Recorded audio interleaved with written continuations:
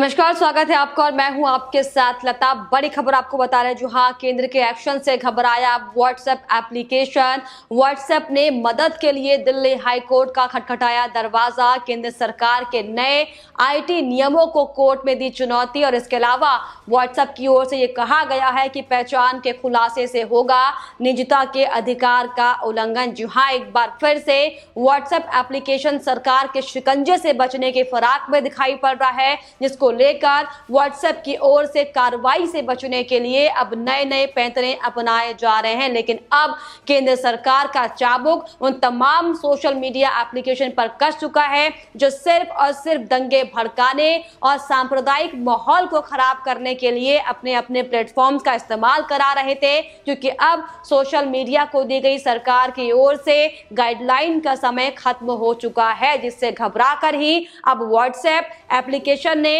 सरकार के एक्शन से बचने के लिए दिल्ली हाई कोर्ट का दरवाजा खटखटाया है। जी हाँ, मैसेजिंग ऐप व्हाट्सएप केंद्र सरकार के नए आईटी नियमों के खिलाफ अब कोर्ट पहुंच चुका है। 3 महीने पहले जारी की गई गाइडलाइन में व्हाट्सएप और उस जैसी कंपनियों को अपने मैसेजिंग ऐप पर भेजे गए मैसेज के ओरिजिन की जानकारी अपने पास दरअसल रखनी होगी। और सरकार के इसी नियम के खिलाफ कंपनी ने अब दिल्ली हाई कोर्ट का दरवाजा खटखटाया है, क्योंकि व्हाट्सएप कंपनी का ये साफ तौर पर कहना है कि सरकार के इस फैसले से लोगों की प्राइवेसी खत्म हो जाएगी। व्हाट्सएप के प्रवक्ता ने बताया कि मैनेजिंग ऐप से चैट को इस तरह से ट्रेस करना लोगों की निजात के अधिकार का उल्लंघन होगा। हमारे लिए ये व्हाट्सएप पर भेजे गए सारे मैसेज पर नजर रखने जैसा होगा, जिससे एंड टू एंड एन्क्रिप्शन का कोई भी औचित्य नहीं बचेगा। व्हाट्सएप का बयान है कि अभी वो यूजर्स को एंड टू एंड एन्क्रिप्शन की सुविधा प्रदान करता है, लेकिन जिसके तहत किसी भी मैसेज को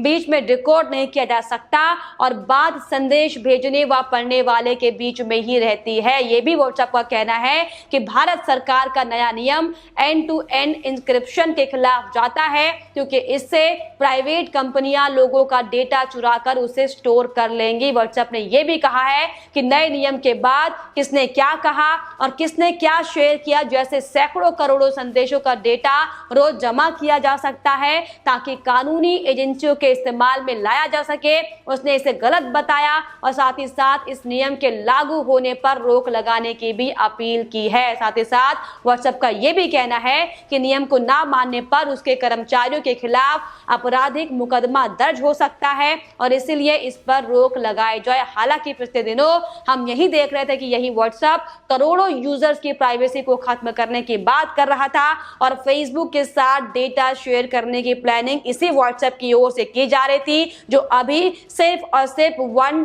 to अदर पर्सन, केवल 2 पर्सन के बीच में बातचीत का हवाला देता हुआ दिखाई पड़ रहा है। जी हाँ, आपको बता दें कि भारत सरकार द्वारा दिए गए दिशा निर्देशों को न मानने के बाद व्हाट्सएप को दरअसल बुधवार को बंद किए जाने का फैसला लिया गया था, जिसके बाद सोशल मीडिया प्लेटफॉर्म व्हाट्सएप ने भारत सरकार के फैसले के खिलाफ दिल्ली हाई कोर्ट का दरवाजा खटखटाया और व्हाट्सएप के प्रवक्ता ने इस बारे में फिलहाल कुछ भी कहने से इनकार किया है। इसके पहले व्हाट्सएप ने बड़ी चालाकी से हमने आपको बताया कि किस तरीके से अपने नए अपडेट को कुछ दिनों के लिए रोक दिया था, लेकिन अब इस महीने में वो फिर से उसे वापस लाने की बात कर रहा था। लेकिन हालांकि इसको लेकर अब ये भी कयास लगाए जा रहे हैं कि जो व्हाट्सएप लगातार अपनी साजिशों को जो आगे बढ़ाने की कोशिश कर रहा था, हालांकि केंद्र सरकार बार बार उसे अपील कर रही थी कि सुरक्षा के लिहाज से तमाम जो डेटा है उन पर नजर रखी जाए, ताकि अगर भारत पर कोई भी विपदा आन पड़ती है तो ऐसे में व्हाट्सएप बहुत बड़ी मदद भारत के लिए कर सकता है। लेकिन जिस तरीके से व्हाट्सएप अब तक अपनी रणनीतियों के लिए सिर्फ और सिर्फ अपने फायदे के लिए कैसे यूजर्स को उनकी प्राइवेसी को खत्म करने की बात करा था, लेकिन अब जिस तरीके से केंद्र सरकार का चाबुक व्हाट्सएप पर चलने वाला है, तो दरअसल व्हाट्सएप घबराते हुए दिल्ली हाईकोर्ट का रुख करता हुआ दिखाई पड़ रहा है। लेकिन आपको ये भी बता दें कि ये कोई नया मामला नहीं है। दरअसल ये मामला 5 साल पुराना हो चुका है, जब साल 2016 में भी पहली बार व्हाट्सएप कंपनी ने अपनी गोपनीयता के निर्देशों में बदलाव करते हुए यूजर्स का डेटा अपने साथी कंपनी फेसबुक से शेयर करने की बात कही थी। कंपनी के इस फैसले को कोर्ट में चुनौती दी गई थी और तब व्हाट्सएप ने बदले नियमों को 25 सितंबर 2016 से लागू करने की बात कही थी और उस वक्त भी कंपनी पर नियमों का उल्लंघन करते हुए नीति बदलने का आरोप हालांकि व्हाट्सएप पर लगा था, लेकिन एक बार फिर से व्हाट्सएप ने अपना चेहरा बेनकाब साफ तौर पर कर दिया है।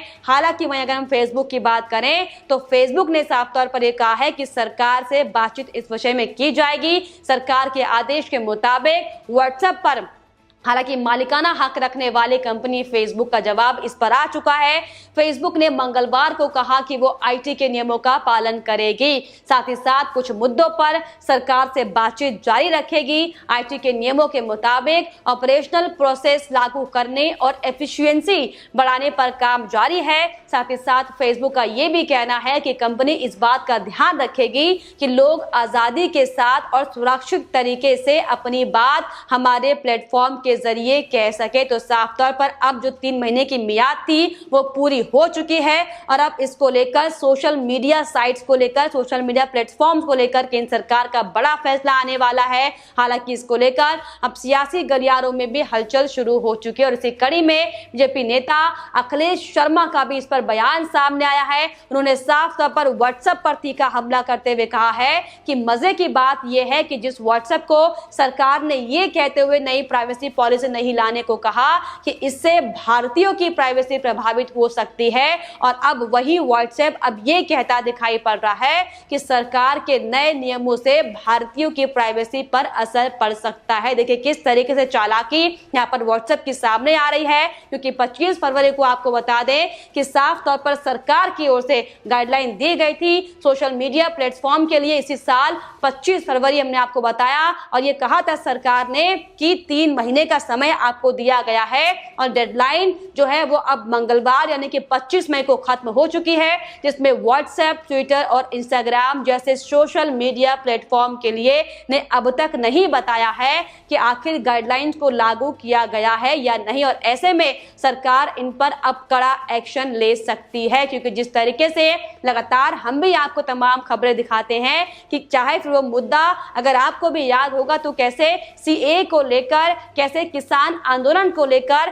कैसे तमाम ऐसे कुछ सांप्रदायिक मामले होते हैं जिनको लेकर लगातार इन सोशल प्लेटफॉर्म्स का गलत तरीके से इस्तेमाल किया जाता है। आपत्तिजनक तस्वीरें लगातार वायरल की जाती हैं, लगातार मन को विचलित कर देने वाले पोस्ट किए जाते हैं, और इन्हीं पर कार्रवाई करते हुए साफ तौर पर सरकार ने कहा था कि इन सोशल प्लेटफॉर्म को कुछ गाइडलाइंस अपने लिए रखनी चाहिए, ताकि जो समय समय पर इस तरह की चीजें सोशल मीडिया पर हम लगातार देखते हैं ऐसी घटनाएं ना हो और इससे किसी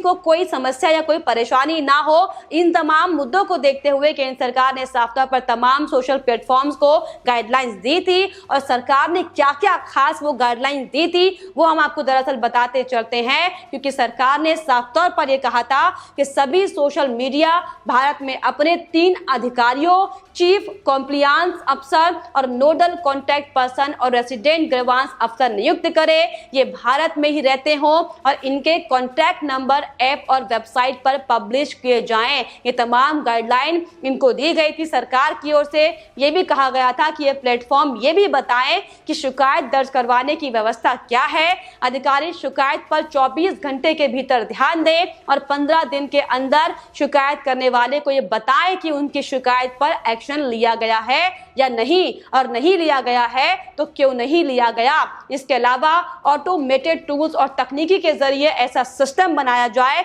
जिसके जरिए रेप, बाल यौन शोषण के कंटेंट की पहचान करें, और इसके अलावा इन पर ऐसे इंफॉर्मेशन की भी पहचान करें जिसे पहले प्लेटफॉर्म से हटाया गया हो। इन टूल्स के काम करने का रिव्यू करने और इस पर नजर रखने के लिए भी पर्याप्त स्टाफ हो, और इसके अलावा प्लेटफॉर्म एक मंथली रिपोर्ट भी पब्लिश करे जिसमें महीने में आए शिकायतें और उन पर लिए गए एक्शन की जानकारी हो, जो लिंक और जो कंटेंट हटाया गया हो उसकी जानकारी भी उसमें मेंशन की गई हो। और इसके अलावा सरकार की ओर से यह भी कहा गया था कि अगर प्लेटफॉर्म किसी आपत्तिजनक जानकारी को हटाता है तो उसे पहले इस कंटेंट को बनाने वाले, अपलोड करने वाले या शेयर करने वाले को इसकी जानकारी देनी होगी। इसका कारण भी बता बताना होगा, यूजर्स को प्लेटफॉर्म के एक्शन के खिलाफ अपील करने का भी मौका दिया जाए। इन विवादों को निपटाने के लिए मैकेनिज्म पर गिरबान अफसर लगातार अपनी नजर बनाए रखें और इन तमाम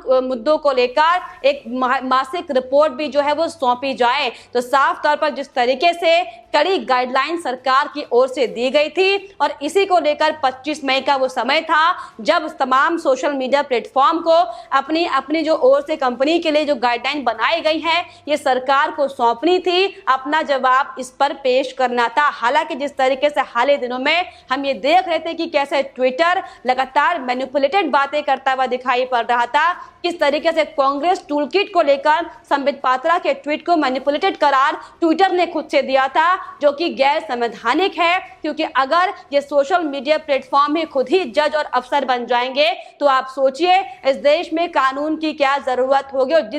इन तमाम पहलुओं पर ही गौर करते हुए केंद्र सरकार ने साफ तौर पर नई गाइडलाइंस आईटी विभाग की ओर से नई गाइडलाइन इन तमाम सोशल प्लेटफॉर्म को जारी करने के लिए कहा था और जिसको लेकर अब तक हालांकि फेसबुक का जवाब इस पर आ चुका है, लेकिन व्हाट्सएप अब अपने पर खुद पर लगे आरोपों से बचने के लिए सरकार के शिकंजे और एक्शन से बचने के लिए लगातार अब हाईकोर्ट का दरवाजा खटखटाता दिखाई पड़ रहा है, जो कि शर्मनाक है। हालांकि इसको लेकर सोशल मीडिया पर भी तमाम तरह की बातें अब सामने आने लगी है। हालांकि आपको ये भी बता दें कि भारत में 400 मिलियन के करीब व्हाट्सएप यूजर्स हैं। लोग ये साफ तौर पर कह रहे हैं कि व्हाट्सएप को ये जानने की जरूरत है कि भारत में यहाँ की अदालत संविधान के अनुसार काम करती है, ना कि व्हाट्सएप के नियम और शर्तों के अनुसार। क्योंकि जिस तरीके से खुद ये सोशल प्लेटफॉर्म अपने आप को जो जज समझ कर बैठे हैं, फिर चाहे यहाँ पर बात हम व्हाट्सएप की करें, चाहे यहाँ पर हम बात ट्विटर की करें, जो लगातार जिस तरीके से